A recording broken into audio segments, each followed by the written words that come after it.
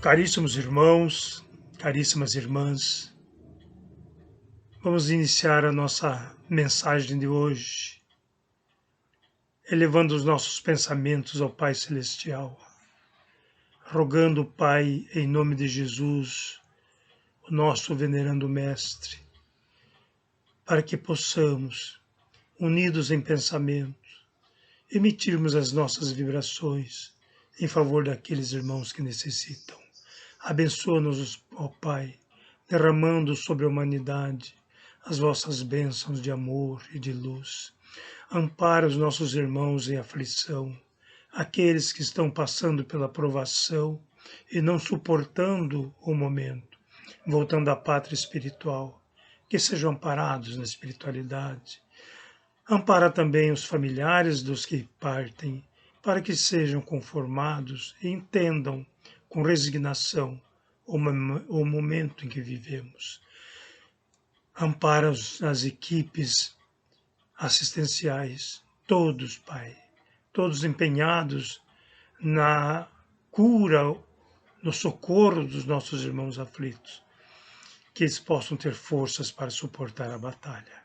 É assim que nós rogamos, que os bons benfeitores do espaço estejam nos amparando a cada momento e amparando as equipes socorristas. É assim que nós rogamos, Pai, que assim seja.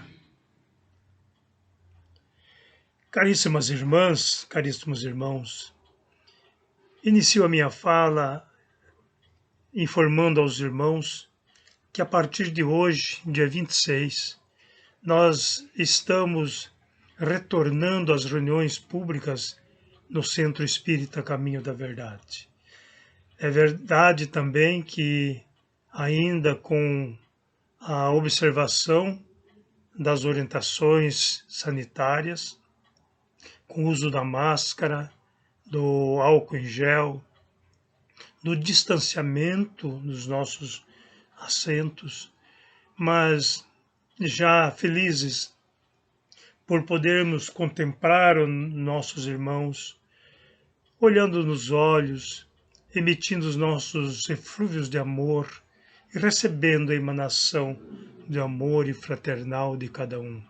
Essa troca nos tem feito falta, muito embora pelo nosso trabalho desenvolvido aqui, online, graças à tecnologia, nós nos mantivemos de certa forma unidos, mas nada melhor, nada igual do que o abraço fraternal.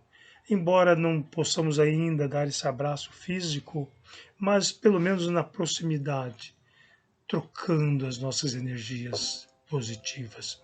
É assim, queridos amigos e irmãos, que nós, neste momento, iniciamos a nossa fala, levando a cada um a mensagem do Mestre Jesus.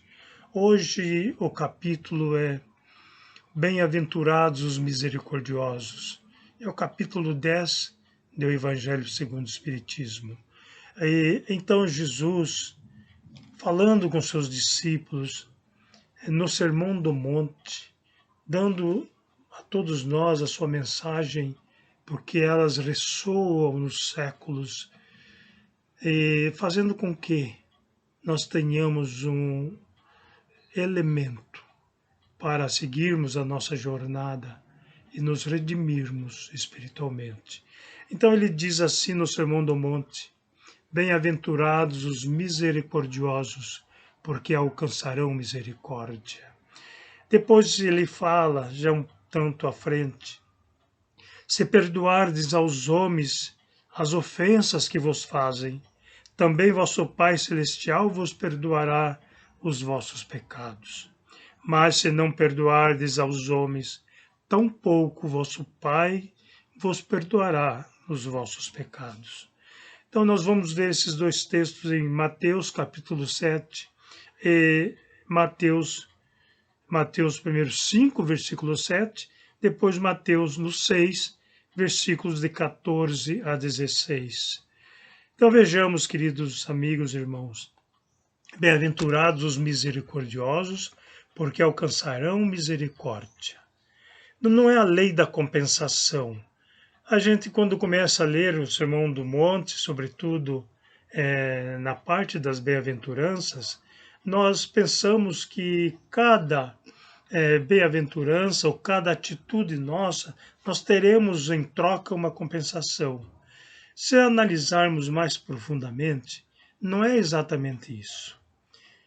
Jesus nos fala que são bem-aventurados os misericordiosos. Significa nós já alcançamos, já avançamos para sermos misericordiosos. Por isso que nós alcançaremos misericórdia. Significa nós avançamos, nós superamos uma fase. Aquele que é misericordioso, ele é manso, ele é tolerável, ele é amoroso, ele se apiada do sofrimento, da miséria alheia. Então, misericórdia que vem do coração. Então, significa aquele que já sente as necessidades alheias, o sofrimento do próximo. E depois ele diz que nós devemos perdoar. Se não perdoarmos aos homens as nossas ofensas, também não seremos perdoados. Aí nós pensamos, espera aí, então Deus negocia conosco? Perdoa que eu te perdoo? Também não é assim. Deus não nos perdoa, como Deus não nos castiga. Deus nos dá a oportunidade de avançarmos, de nos aprimorarmos, da nossa evolução espiritual, aprendermos a sentir o nosso próximo, perdoando-os ou perdoando-lhes. Então, é assim que Jesus nos ensina, que aquele que perdoa já está perdoado. Porque perdoar é dar primeiro, dar aquilo que nós temos, é o doar, né?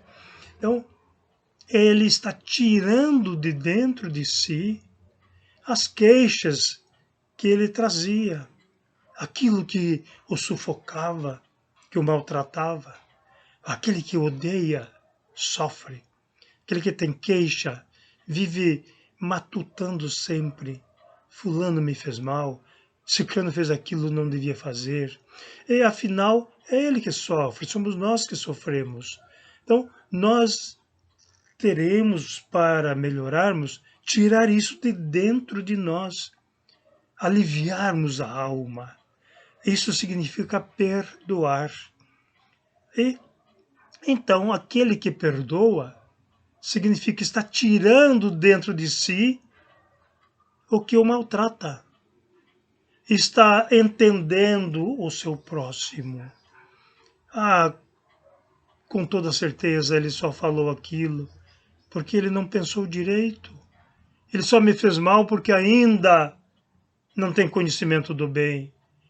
Ao invés de odiá-lo, vou amá-lo, orar por ele, para que ele não faça isso com mais ninguém. Então, isso se chama perdoar. Tirar de dentro de nós, eu repito, aquilo que nos sufoca, aquilo que nos deixa arredios, que nos angustia, que nos amargura. Por falar em amargura, antes que eu me esqueça, eu diria que é simplesmente a troca de uma letra. Onde há amargura, troquemos o G pelo C e entendamos que amar cura.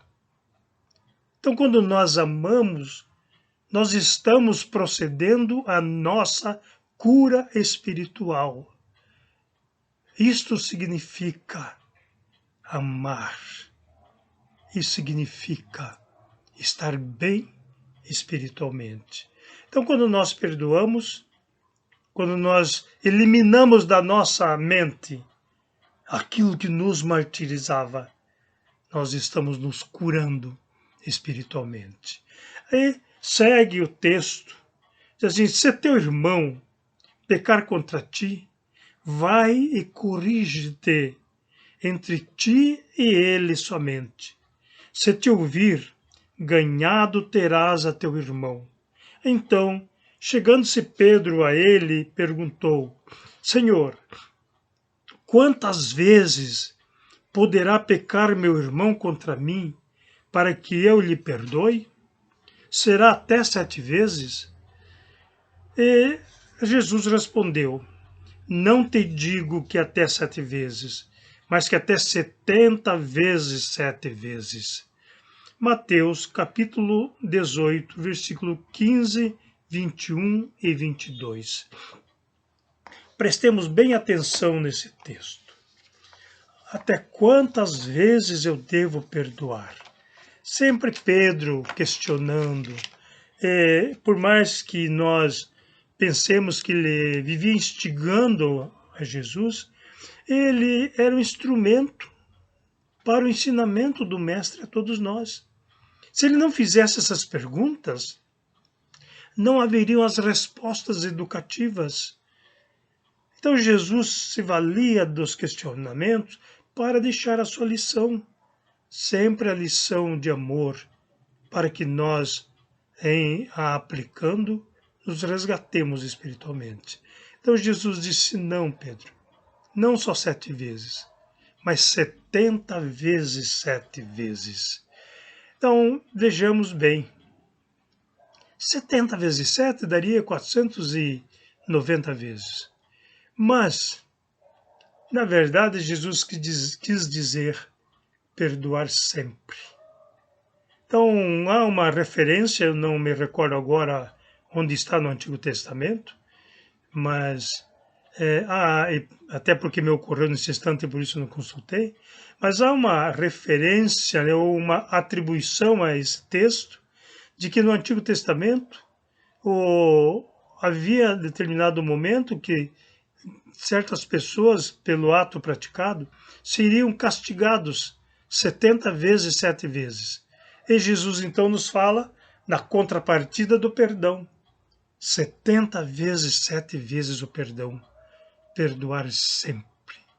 Isto significa eliminar aquilo que nos martiriza. Repetir isto mais uma vez. E aí nós vamos, cada dia, fazendo com que a nossa mente se ilumine. É através das nossas ações. Então, alguém diz assim: olha, esqueça o mal que te fizeram. Não, meus irmãos, não esqueçam. O esquecimento é dado o nome de amnésia. É uma patologia. Então, não nos esqueçamos, mantenhamos firme com a nossa mente. E cada vez que nós lembrarmos daquele que nos ofendeu, elevemos nosso pensamento ao Pai pedindo que o abençoe. Porque, por vezes, nós já nos livramos. Nós já tiramos de dentro de nós a queixa, a mágoa, o ódio.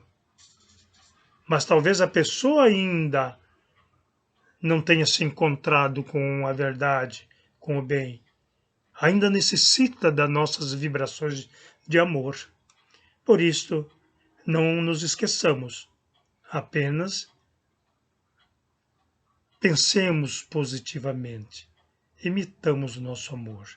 Então, ainda nesse texto, diz assim: conserta-te com teu adversário enquanto estás a caminho com ele, para que não suceda que ele te entregue ao juiz, o juiz te entregue ao ministro, e o ministro te leve à cadeia, e tu não sairás de lá até que pagues o último ceitil.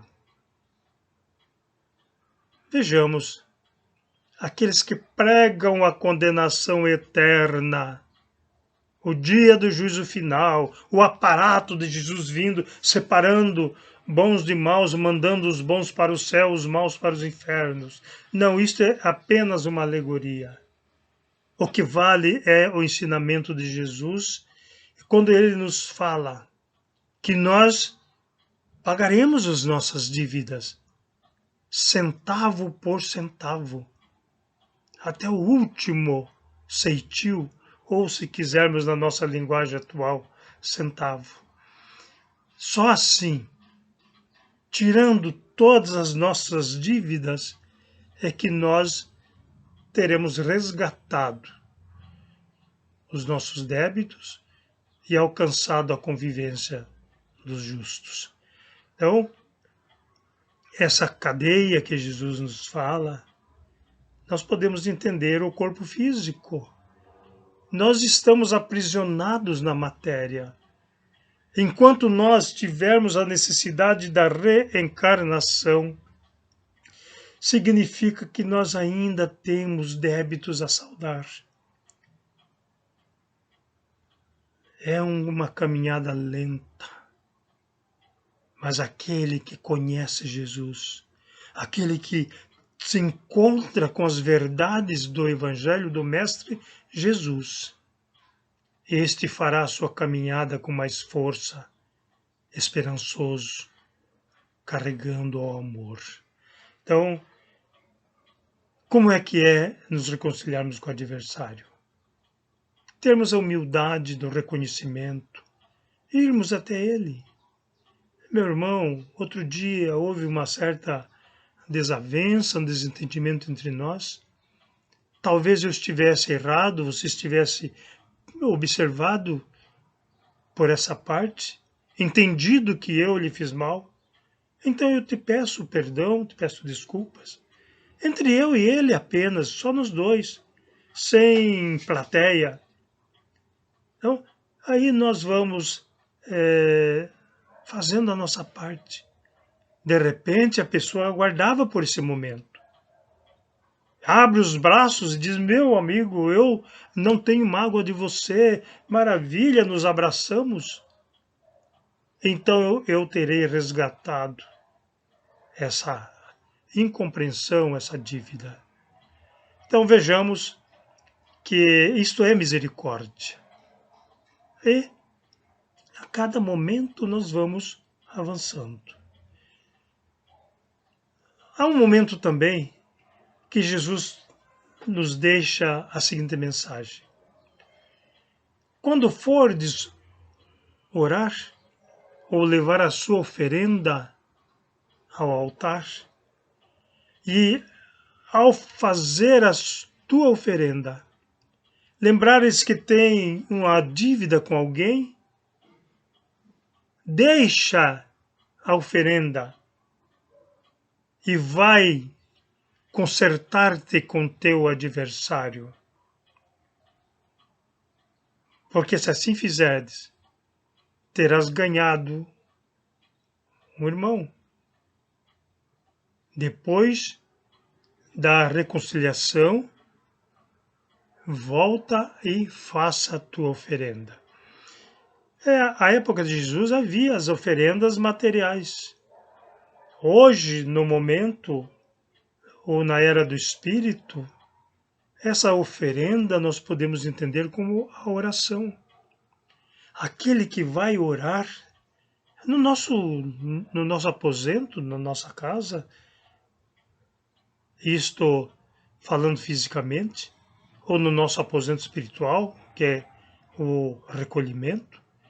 Mas se nós vamos orar, e nós lembramos que o nosso coração carrega mágoa, não estamos dignos da oração. Porque coração impuro, coração magoado, marcado ou maculado, não pode entrar em confissão com Deus. E a oração nada mais é do que uma confissão. Por isso Jesus nos fala que são bem-aventurados os puros de coração, porque estes verão a Deus. Ver a Deus é isto. É estarmos de pensamento, quando se fala em coração, entendamos pensamento, puro, limpo. Porque aí nós veremos Deus. Porque veremos beleza em tudo. Por isso, queridos irmãos e irmãs, neste momento de pandemia, nós poderíamos dizer que é o momento mais belo de toda a humanidade. porque é o momento do reencontro ou do nosso encontro com Deus, da avaliação do momento e das nossas mudanças de atitudes. Após a pandemia, o mundo não será mais o mesmo. Haverá mais humildade, menos fanatismo religioso, mais aproximação com o Pai Celestial. Porque hoje todos sofremos o sentimento da perda, porque ainda muitos acham que nós estamos perdendo parentes, perdendo amigos, ainda não entendem que estamos em plena transição planetária. E muitos estão voltando à pátria espiritual para o seu refazimento e retorno em momento oportuno. E tudo isso é aprendizado. Aqueles que vão,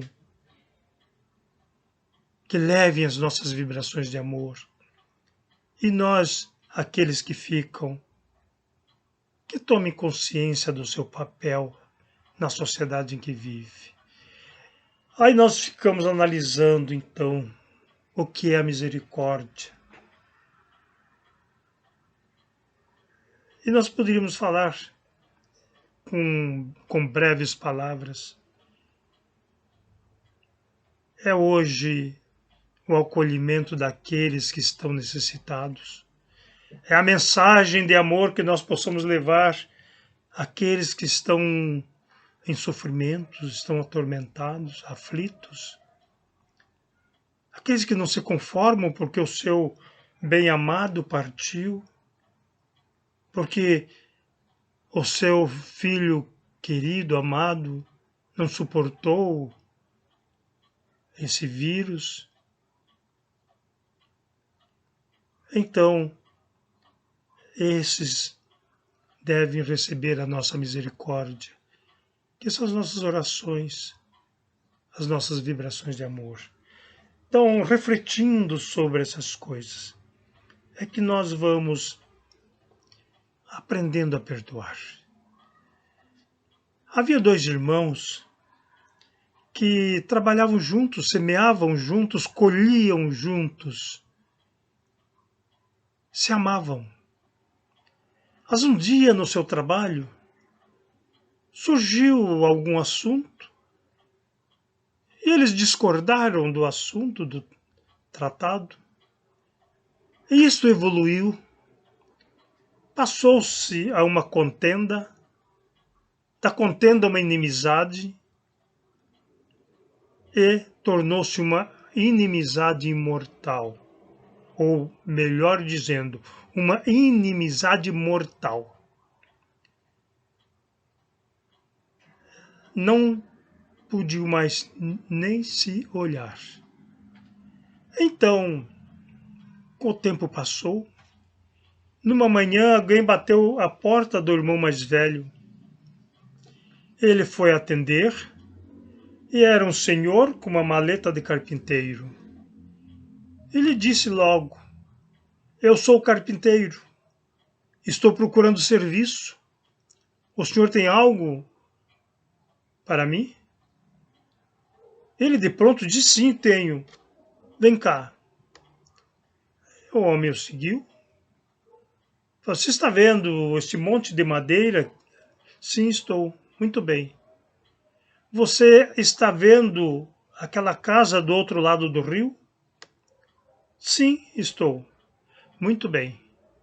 Eu quero que você me construa uma cerca à beira do rio, de modo que não se veja mais aquela casa, porque lá mora o meu irmão, que eu odeio, que não quero vê-lo nem vendo a sua casa." As madeiras estão aí, os materiais necessários estão aqui. Eu vou à cidade, à tarde, quando eu voltar, por certo o senhor já terá terminado a obra e eu lhe pagarei. O cidadão falou, muito bem. E ele foi. Ao final da tarde, ele voltou. Ao chegar à casa, ele tem um espanto. Ao invés da cerca, estava construída uma ponte.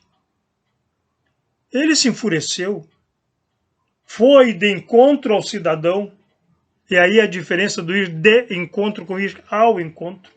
Ele foi de encontro ao cidadão, bradando. Eu lhe disse para construir uma cerca e você constrói uma ponte.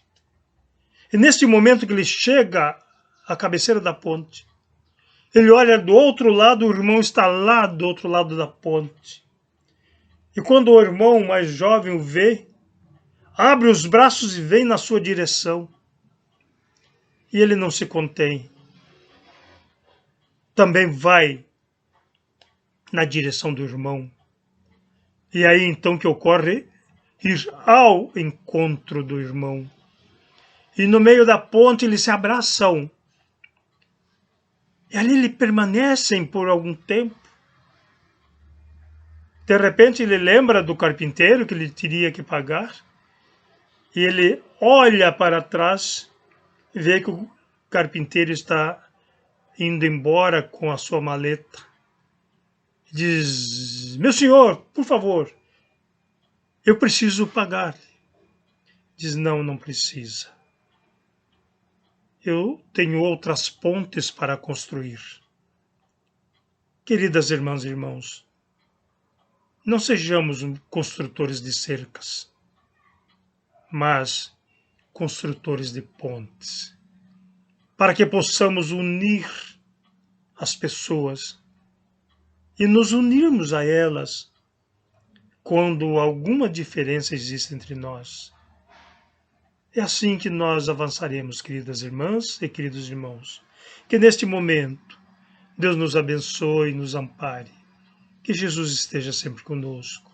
Que os nossos irmãos benfeitores espirituais amparem-nos a cada instante da nossa vida, para que possamos nos fortalecer e aprendamos a amar e sermos misericordiosos. Muita paz a todos.